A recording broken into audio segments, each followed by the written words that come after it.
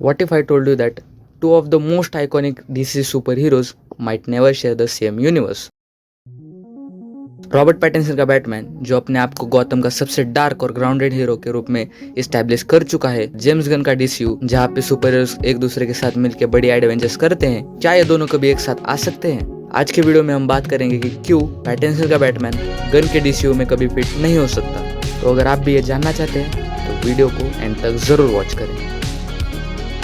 सबसे पहले बात करते हैं रॉबर्ट पैटिंसन के कैरेक्टर के बारे में, जो हमने द बैटमैन 2022 की फिल्म में देखा था।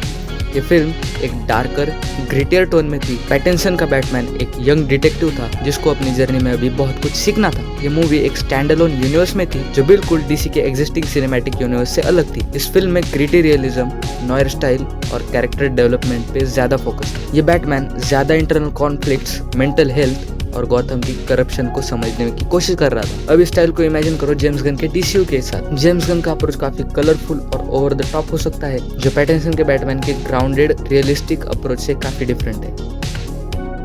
जेम्स गन का डीसीयू अब एक नए डायरेक्शन में जा रहा है। उसका स्टाइल काफी कॉमिक बुक एक्यूरेट, एडवेंचरस और फन वे में है। जेम्स गन ने गार्डियंस ऑफ द गैलेक्सी जैसी मूवीज बनाई है जो ज्यादा ह्यूमर, एक्शन, एग्जैजरेटेड कैरेक्टर्स पे फोकस करती है। उन्होंने अपने सुपरमैन लेगेसी को अनाउंस किया है और हमको बताया गया है कि डीसीयू के नए heroes will be mix of light hearted fun और सीरियस स्टोरीज। ये यूनिवर्स अभी तक ज्यादा टोन पे डिपेंड करता है, जो एक हाई एनर्जी, कैरेक्टर ड्रिवन और समटाइम्स क्वर्की हो सकता है। इसके कंपैरिजन में पैटिंसन का बैटमैन काफी डिफरेंट है। वो एक अलोन विजिलेंटी है जो अपने सिटी के साथ एक इंटेंस पर्सनल बैटल कर रहा है।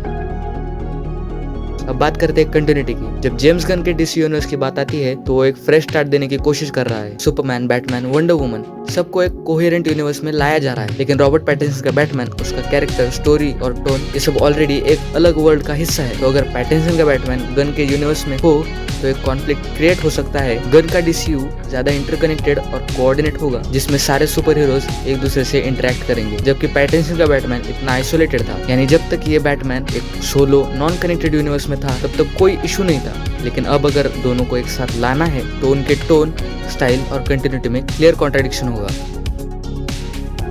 एक और बड़ी वजह जो पैटिंसन का बैटमैन गन के यूनिवर्स में फिट नहीं हो सकता, वो है दोनों के थीमेटिक अप्रोचेस का डिफरेंस। पैटिंसन का बैटमैन काफी सीरियस, डार्क और ट्रेजिक हीरो था। उनका आर्क फोकस था गौतम को सेव करने के बजाय अपने अंदर के डिमंस को समझने पर। On the other hand, James Gunn का विजन ऐसा हो सकता है कि वो हीरोज को एक फैमिली के जैसा दिखाए, उनकी पर्सनैलिटी को एक्सप्लोर करे, लेकिन थोड़ा लाइट हार्टेड और समटाइम्स इवन ह्यूमरस तरीके से। ये दोनों अप्रोचेस एक दूसरे से कॉन्फ्लिक्टिंग हो सकती है। इमेजिन कीजिए एक वर्ल्ड जहाँ पे सुपरमैन, बैटमैन और फ्लैश एक साथ काम करते हैं, लेकिन बैटमैन काफी डार्क और इंटेंस है, स्पेशली जब बाकी कैरेक्टर्स थोड़े ज्यादा चीयरफुल और क्विकी हो सकते हैं।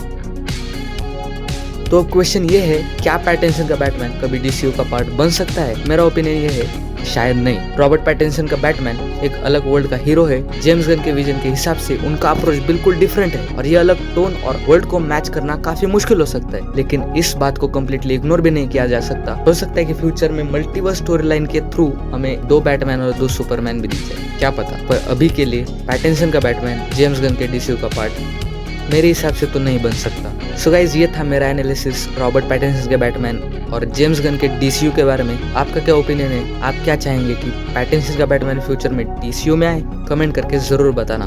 और अगर आपको ये वीडियो अच्छा लगा तो लाइक करना और हीरो वर्ल्ड को सब्सक्राइब करना मत भूलना। मिलते हैं नेक्स्ट वीडियो में।